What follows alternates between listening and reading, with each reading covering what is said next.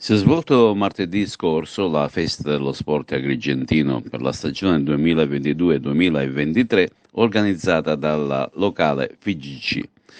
Si è trattato di un incontro con tutte le società di calcio agrigentine che si sono distinte e che hanno vinto i propri campionati. È stata consegnata una targa a Cristian Caltagirone, calciatore agrigentino della rappresentativa Under 19 di calcio 5 della Sicilia, vincente del torneo delle regioni. Poi è stata consegnata una targa premio Fair Play a Gaetano Profumo, presidente dell'Atletico Licata, una targa alla famiglia del compianto Tonino Butera. Poi è stata premiata anche con una Supercoppa la vincente Under 19, la società dell'Atena. Ancora la società dell'Atena ha ricevuto pure anche il trofeo per il primo Memorial Tonino Butera Under 17.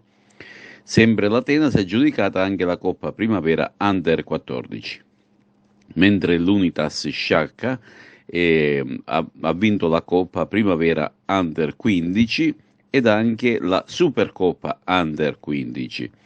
Poi è stata premiata la società del Città di Ribera, che è stata la vincente della Supercoppa Under 17.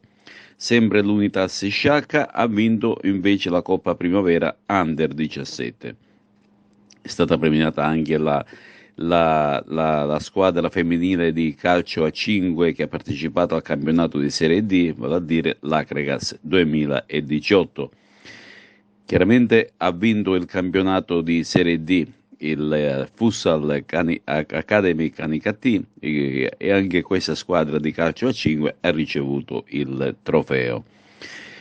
Vincente playoff campionato Under 14, la società del Ponte di Ferro, poi la Virtus Favara che ha vinto il campionato Under 14, la società Village Renato Traina ha ricevuto il trofeo del campionato Under 15. Sempre la società Città di Ribera ha vinto anche il campionato Under 17, mentre l'Unitas Sciacca ha vinto il campionato dell'Under 19. In più sono state premiate il Cianciana, che è stata la vincente playoff di terza categoria, e il Ribera 1954 che ha vinto il campionato di terza categoria.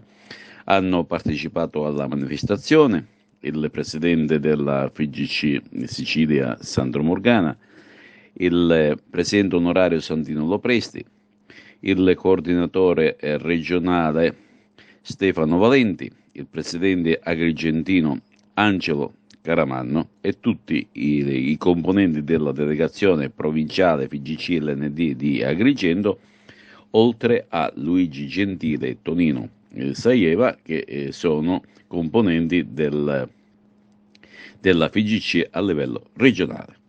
Perché riteniamo che così la qualità aumenta. Lo facciamo perché siamo convinti che sui giovani dobbiamo puntare, e se dobbiamo puntare sui giovani dobbiamo dare ai giovani delle opportunità diverse rispetto a quello che fino ad oggi noi abbiamo dato. Ecco perché io sono convinto che tutto il lavoro che produciamo, che abbiamo prodotto, che mettiamo in atto e che facciamo, guardate, con dedizione,